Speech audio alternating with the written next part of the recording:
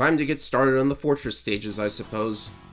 X3 doesn't exactly have my favorite fortress in the whole series or anything. It's got 2 stages with unique bosses, followed by the dreaded boss rematch stage. Won't that be a treat? And then the final stage, which is basically a short level, followed by the final boss, which comes in several phases, as usual. For the opening of the first fortress stage, we have a segment with collapsing ceiling pillars, which is pretty interesting. You gotta keep on your toes for that. And then we have the obligatory wall crusher segment. This seems to be in every X game at least once, whether in the intro stage or a fortress stage. But with the leg upgrade, it's actually very easy to do. This stage really likes players with the leg upgrade because you can speed past a lot of obstacles. And now we have the mini-boss of the stage. This mini-boss comes with an interesting gimmick. You have to destroy it before the spiked ceiling collapses on top of you and crushes you for an instant kill. And if Zero isn't dead yet, he can actually help you out by halving the amount of time it takes for the ceiling to collapse on you. So that's actually helpful. If you have not lost Zero yet, then he can actually be of use in ways other than having him fight something and it's over already. Well, okay. Gee, Zero, thank goodness you were here. And then he goes off to do something or other, I don't know. I'm pretty sure we're still able to call on him for help if we need it. I never call on Zero, so I don't really know if it's possible to do that. I should call on Zero more often because he is actually useful for getting past parts of the stages that you don't want X to take any damage from. Anyways, somewhere in this stage, or the next one, I can't really remember, it might be down that column for all I know, there is another capsule in one of the fortress stages. It is similar to the Shoryuken capsule from X2. You need to have all of the armors, all of the sub-tanks, all of the heart tanks, and all of the ride armors too, because why not? But you also have to have not picked up any of the pink capsules in order to find this new gold capsule. And what does that gold capsule contain? It contains the gold chip, which gives you the effects of all of the pink capsules. I don't really go for it on my playthroughs anymore because it takes so long to get. Anyways, we have the first fortress boss. Because we did not kill Bite or Bit in their respective fights, we now have to face their combined form. Ladies and gentlemen, the invincible, immortal, God Car Machine O'Inary. And if you think I made that name up, go on the wiki. I swear that's what it's called. It's the stupidest thing ever. Pretty annoying boss battle, however. These fists that come out can grab you and punch you over and over. A good thing it holds you in the precise height for hitting him with his weakness. I think this is his weakness anyway. It's, what is it called again? It's Blast Hornet's weapon. I don't even use it for anything else, and I should not be rapid firing while he has invincibility frames. That was dumb. Anyways, as you saw from me having not a full ammo count at the beginning, I actually died to this guy, and, you know, I didn't feel like doing the whole stage over and over just to try out different weapons to figure out his weakness, so I only showed you the fight where I actually won. Yeah. So if you had killed both Bite and Bit, this boss gets replaced with some kind of trash compactor. It's seriously annoying to hit that thing, so I never want to fight him. I just prefer the combined form of those two guys because, stupid name aside, it really does look cooler. Oh, and speaking of cooler, is that lightning and ice? Why is there lightning? This base is located in the North Pole, apparently, even though it was... No, actually, that was the X-Hunter base. Never mind. Hey, wait a minute. If this base is, like, in the center of wherever that island on the stage select screen was, then how... Yeah, I'm wondering about stupid things. I should be talking about how annoying those enemies are to kill because you have to destroy them 2 times. Once to blow off their mask, and then the other to get rid of them completely. Anyways, we have a ride armor platform. I don't really know why. I guess they want to get some mileage out of these ride armors for one last time, which is fine by me. Oh, okay, never mind. I guess we're not going to do that. The reason this section is flooded is because I went through Vile's factory, and I guess that renders most of your ride armors null and void because they get filled with water and explode from conducting too much electricity, even though X and several other robots are completely safe. Actually, there is one waterproof ride armor, but I never get it. It's hard to control anyways. It hops around like a frog, I think. So anyways, apparently they forgot to block Zero from going in this door, so we can destroy this mini-boss in one hit with a Z-Saber. Nah, I'm just joking. This is completely scripted. For whatever reason, Zero is allowed to fight this mini-boss specifically, and it only appears if you defeated Vile and killed him off permanently. Otherwise, I think Vile would be here for a rematch. I don't really know, but if you take Zero in here and destroy this mini-boss, for whatever reason, like, this is so arbitrary. This one specific mini-boss decides to crash into Zero and take him out in one hit. So then X shows up and Zero gives him the Z-Saber. Why you couldn't do that anywhere else in the game is beyond me. It would have been helpful to have the Z-Saber for boss battles, but now we actually do have it for boss battles, and we can use it ourselves. You just have to charge up all the way past the orange charge shot, which means you have to charge for even longer if you got the arm upgrade. Actually, the arm upgrade actually does something to the Z-Saber, if I'm not mistaken, because I don't recall Zero's version of the Saber having a projectile. So yeah, that's the one-hit kill weapon Easter egg, even though the Z-Saber does 2 hits. And now it's time for the most boring part of the game. I apologize, but this is going to take a while. You have to ride up the spiked ceiling on these annoyingly slow caterpillar things. Like, how is anyone supposed to get up this shaft? Like, if they're working for the boss or something and they want to go up? I don't know. Man, I don't really get this fortress design at all. But yeah, you have to climb all the way up. You have to wait for this to go up. And if you game over or lose a life here, you get to do it all over again. And the spikes are instant kill, and I'm out of things to talk about. Jeez. Like, what were they thinking? Alright, at least we can take a small shortcut by clinging to this wall here. I guess that's the end of it anyways.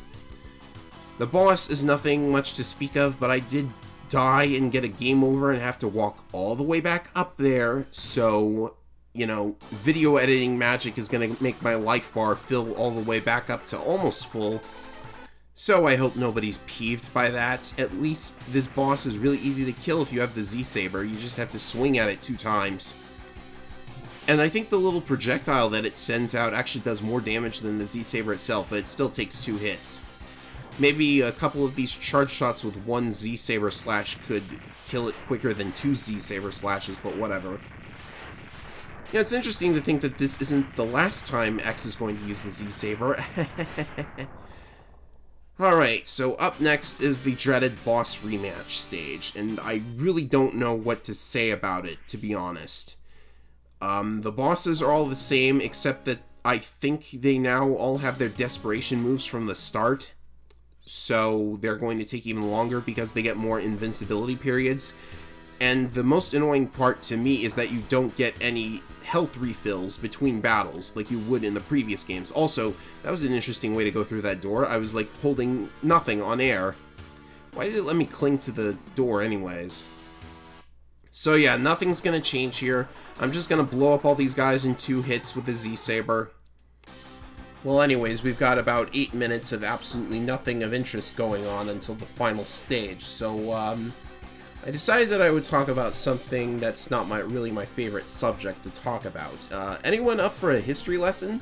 So 2010 to 2015 was probably a very interesting period in gaming for a lot of Mega Man fans because Mega Man was in a bit of a decline at the time. There weren't a lot of games coming out, and then we got the news that there was going to be Mega Man Universe. There was going to be Mega Man Legends 3 at long last, and there was going to be this weird MMO platformer thing coming out of Korea. I don't know. I don't remember much about it. And then as quickly as it came, Mega Man Legends 3 and all of this other stuff was abruptly canceled. It was not a fun time. We thought we were finally getting the sequel to the Underdog Mega Man series that we were all desiring for a very long time, and then it just didn't happen. I know a lot of people at the time were upset with Capcom for this, because it was very easy to see Capcom as this big, evil mega corporation that's only in it for the money, and they won't make any games that won't turn a very quick and easy profit And, you know, that wasn't really unfair because with every Mega Man series, I've talked about this in previous videos, but Mega Man is like one of the series that gets machined out sequels year after year. If they can monetize something, they will go full monetization, and then after Legends 3 gets canceled, you have a bunch of other unfortunate incidents that come off as being in very, very poor taste. Like, you have that thing that happened with Street Fighter Cross Tekken. You have Capcom fully endorsing a fan game because they can't make any of their own games. That's what it looked like to a lot of us. I'm not saying that's the case. And then we have that mobile jumping and shooting simulator game, Rockman's Over. Oh man, that was just crazy to watch unfold in real time. Like, you ever have that feeling that you're watching history unfold right before your very eyes? That's what it felt like. So sometime after that happened, we got the news that the director for Mega Man was going to leave Capcom and work on his own independent game with Inti Creates called Mighty No. 9. And as I'm sure many of you already know, Mighty No. 9 would eventually turn out to not be the big successor we were all hoping for. Maybe not the worst game in the world. There are people who still liked Mighty No. 9, but not, you know, it's not the big successor that we were all hoping for. The reason I'm bringing all of this up is that I just wanted to mention that the lesson I took away from that time period of my life is that we really shouldn't be getting so hyped over games based on who's directing them. Like, when a director for a big company leaves that company and then starts working on their own game, that's not, like, that doesn't guarantee that the game they eventually come up with is going to be good. Not every indie project of this nature is going to turn into a Bloodstained, although sometimes that can happen and it's really awesome when it does. I mean, it's not like I donated to the Mighty No. 9 campaign or anything, but watching all of that happen was actually a really harrowing experience. Like, even if it was just me watching everything from the sidelines, not really even playing Mighty No. 9. It kind of cast the director of the old Mega Man games in a new light. Because this is a big name in the industry we're talking about here, you'd think we could expect a little more than what the end result unfortunately was. I mean, we were hyped about it because this director, he really wanted to make Legends 3, and for the longest time, Capcom wasn't letting him because the profits wouldn't be worth the investment, which is a perfectly reasonable explanation, by the way, and I still believe that was the case. But there were also other stories about Mega Man that we were told that I'm not sure I believe anymore. I mean, like, it's known, for example, that X5 was supposedly supposed to be the end of the X series, but Capcom forced X6, X7, and X8 into existence. Battle Network 3 was supposed to be the end of Battle Network, but we got Battle Network 4, and that was a real screamer of a game, let me tell you. So is that just Capcom forcing more games to be made without any sort of quality control? Or could there maybe be another explanation for all of that? Like, let me first say that I'm not saying we should be loyal to the company or anything, because we're not supposed to be loyal to anybody. We're just customers. We don't have loyalties, or at least we shouldn't. But when you hear a story like X6 coming out, even though X5 was supposed to be the end, who really gets to decide any of that anyways? It's not the people who work on the games. It's unfortunate, but it's just not. And this director also left the company before Legends 3 was even cancelled, so either he saw the writing on the wall, or he was no longer passionate about it, and after he left there was no reason for Capcom to keep the project going at all anyways. All I'm really saying with this spiel about ancient history is that we can't let video game series be attached to certain names, especially not the directors. I may not know much about the process of developing a video game with such a large team, but it seems logical to assume that you need a good director and a good staff in order to make a good video game, not one or the other. And there's no way to predict if both of those are there until after you've seen the end result, and we don't see anything but the end result most of the time. So that's really all I think gamers should care about moving forward.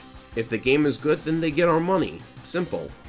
And nothing's wrong with getting a little excited for an upcoming release either. It's just, I guess the whole point I'm trying to make with this is that it's not a good idea to hype yourself up for an upcoming game based on one guy from one company you used to like being in charge of the whole project. Any upcoming game could turn out to be good, yes, but I've just never liked the idea of setting myself up for a potential disappointment. It's happened so many times in the past that I would prefer to treat gaming now like I did when I was a kid. Just play the games, enjoy the games, talk about the games with your friends, don't get too hyped up about anything that could potentially disappoint, and have fun with the hobby. And that's all I have to say about the subject. Are we done with the boss battles yet? Is there still one more to go? Man. Anyways, you can kind of see my point with how long this is taking. It doesn't help that I whiffed a couple shots, and I died a few times in there somewhere as well, I'm sure. But yeah, even with the ability to two-shot all of these guys, it still took a good number of minutes in order to get through all of this. Jeez, this is longer than the X2 boss rush, I think. And we still have one more to go. The last one is... it's Blast Hornet. Well, at least I saved the easiest one for last, right? You know, I'm starting to think that maybe I should have just used the boss weaknesses on these guys. But maybe that would have taken longer, because as I've stated in the past, boss weaknesses in the X games, as opposed to the classic series, tend to make the bosses take longer because they have to go through an animation for reacting to the attack. And, in this case, it's just kind of hard to hit Blast Hornet with the saber. Alright, there's one hit. You can see that you have to wait for the saber animation if you want to hit him with the saber itself and not the projectile. And in that case, you barely even saw the saber at all because the animation stopped as soon as the collision was detected. Boy, oh boy. That took a long, long time, and I hope to never have to do that for a camera ever again. But now we can finally move on to the real boss of the stage. Because there's an actual boss at the end of the boss rematches, which I guess is pretty cool. We haven't really seen that since some of the classic Mega Man games. Or wait, actually X1 had a boss at the end of Stage 3, but then that was also the game where the bosses were spread throughout the fortress instead of just confined into one stage. So the entire plot of X3 is that this guy, Dr. Doppler, that's a name apparently, he somehow solved the entire Maverick problem by preventing all Reploids from going Maverick, and then they started going Maverick anyways, so great job, Dr. Doppler.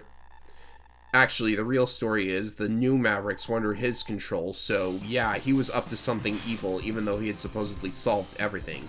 Isn't that fantastic? So you can see right there I used the Z-Saber projectile instead of striking him with the saber directly. It causes him to take damage over time for a little bit, and I'm sure that boss battle would have been very interesting if I had actually fought it out, but I was not interested in learning an entire new fight for this video, so I did it the easy way. I am a pro gamer. Of course, the pro move is to always do it the real easy way anyways, right? And of course he was building a new body for Sigma because these mad scientists just love doing that. I hear it's an interesting side project. This game also reveals that Sigma is now in fact a sentient computer virus, if that makes any sense at all. And he will surely be infecting multiple bodies throughout the rest of the series, just to have an excuse to have another game come out. Alright, so the final stage is not that long, just a couple of enemies, a couple of ladders, and then an annoying climb here because you have to get past these weird overhangs. Which is easy with the leg upgrade, but if you didn't have those, then oh man, that looks like it would have been painful. Alright, so we've had Jedi Sigma, we've had Wolverine Sigma, and now we have Captain America Sigma. Of course, I'm only saying that because of the attack where he actually throws the shield at you. I think he does it in this fight, or I could have just sabered him to death before it happened. Best way to deal with him with the saber is to catch him from behind when he jumps up like that. So, just jump and slash, and he's standing on air. How fabulous. I guess they couldn't make him fall to the ground or something, or I guess they wanted his head to appear and float towards his new body? Is that what's going to happen? Oh, there is no body, and it just appears when the screen goes black. Okay, then. Well, at least we can expect a super new awesome battle form, right? Okay, that doesn't even take up the entire screen like the previous ones did. Don't get me wrong, though, this thing is pretty strong. Those attacks that it does, especially the missiles from the back, they take away so much health for some reason. It's like you can get rid of you in just 3 or 4 hits with the body armor and the chip for it. So yeah, this will actually be pretty difficult if for no other reason than for endurance. Unless you have the Z-Saber, of course, then you just chop his head off. But, see, that's not even the end of the game. There's actually one more thing added on to the end. It's not another boss form because there are no more bosses. Instead, we have an escape sequence. Now the whole base is going to explode, I guess. It's actually going to fill with lava, which makes no sense. I don't see where the lava is coming from. And we have the return of Virus Head Sigma, who is going to try and knock you off the wall. And boy, did that lava come up quickly. And we have overhangs that you can head plant into. Wouldn't it suck to have won all of those battles and then just lose at the end because you got killed by the lava or something? Well, fortunately, there's no more overhangs beyond that. And once you make it to the top, it's over. And we can safely say that I have completed Mega Man X3. This ending will actually change slightly depending on whether or not you lost Zero and or you got the Z-Saber. If you hadn't lost Zero or got the Z-Saber, then Zero will come in and chop this virus head in half, not so permanently destroying it, considering that Sigma comes back in 5 more games, or even more than that if you count Extreme. But we have the Z-Saber, so instead Dr. Doppler absorbs the virus head, I guess, and then self-destructs, taking him and the entire base along with it. Of course, either way, he'll be back. Many times he'll be back, just like all those great villains who came back over and over and over, even though they had long overstayed their welcome, and introducing somebody new wouldn't be unwelcome, but whatever. Here's the ending footage at long last. The base is destroyed, and it was in the ground after all, so who knows what was up with all that ice and lightning in the background in, like, the first or second Doppler stage. And we have the weird text to cap off the game with, and Zero would be standing next to X if you did not lose him or you did not get the Z-Saber. X has crushed Sigma's plan once again. What was his plan? I mean, like, it wasn't really the main villain here, he was just working with another guy. I guess that's, you know. Why must humans fight against Reploids? Well, they kinda didn't. I mean, we haven't seen a human fight at all. Is Dr. Doppler human? I don't know. Well, humans fight against each other, so it makes sense that Reploids would fight against each other if they're supposed to be robot humans. Anyways, what does fate have in store for me, he wonders. Well, that's a very interesting question. We can only hope that someday Dr. Light's plan for him will finally be revealed. His entire plan was for X to live on in peace, but instead Destiny forced him to fight. Unknown to X, his destiny has already been decided. Ooh, spooky. To save mankind, he must destroy Zero?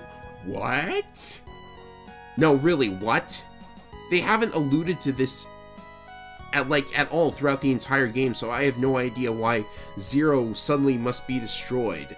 I mean, like, that's just them teasing the fight with Zero in X5. Oops, spoilers.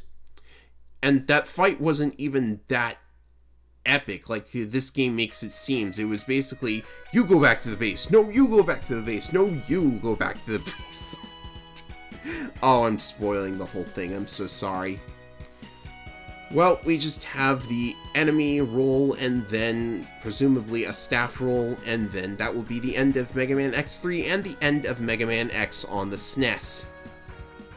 I don't have that much experience with Mega Man 7, much like X3, so if I want to play Mega Man 7 next, it's going to take a little bit of practice, but I have played a fair bit of X4, so if I can beat X4 in under an hour, maybe you'll see that on my channel real soon.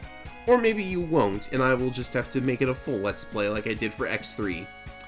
I know X4 is a fun game in its own right, because that's the first time you get to play as Zero in a mainline X game. For real. With, like, his real original moveset, not like in X3 where it's just Buster plus Saber. Oh, and of course I still have that footage from Extreme 2, and I would love to commentate over that, so maybe that's next as well. Extreme 2 is a neat game. It has its shortcomings, but it feels like this weird amalgamation of all 8 mainline X games, and I do mean even the games that came after Extreme 2. It's probably a much more influential game than most people give it credit for. So yeah, that would be fun to play. Blast Hornet, speed 8600. I don't know what kind of metric this is, but 8600 speed. He wasn't moving that fast. Blizzard Buffalo was actually moving way faster than 3200 would make it seem like. Aw, Gravity Beetle, you just stink. Look at those numbers. They're nothing. And I don't know what I'm talking about. There's just a little bit more of the staff roll to go before the end here. So it'll either be X4, Extreme 2, or 7 next. That'll be one of the next Mega Man games I play. Of course, there's a bunch of other stuff I want to get to, because, like, lately I've been just getting dozens of video ideas, dozens of game ideas, dozens of everything ideas. Yeah, I'm a man of many ideas, it seems. Now I just have to pick one and go with it. Oh, Tunnel Rhino is not worth 8,000 speed. Come on. 9,900 for Neon Tiger. You're saying he's the fastest of all the Mavericks? I guess that works.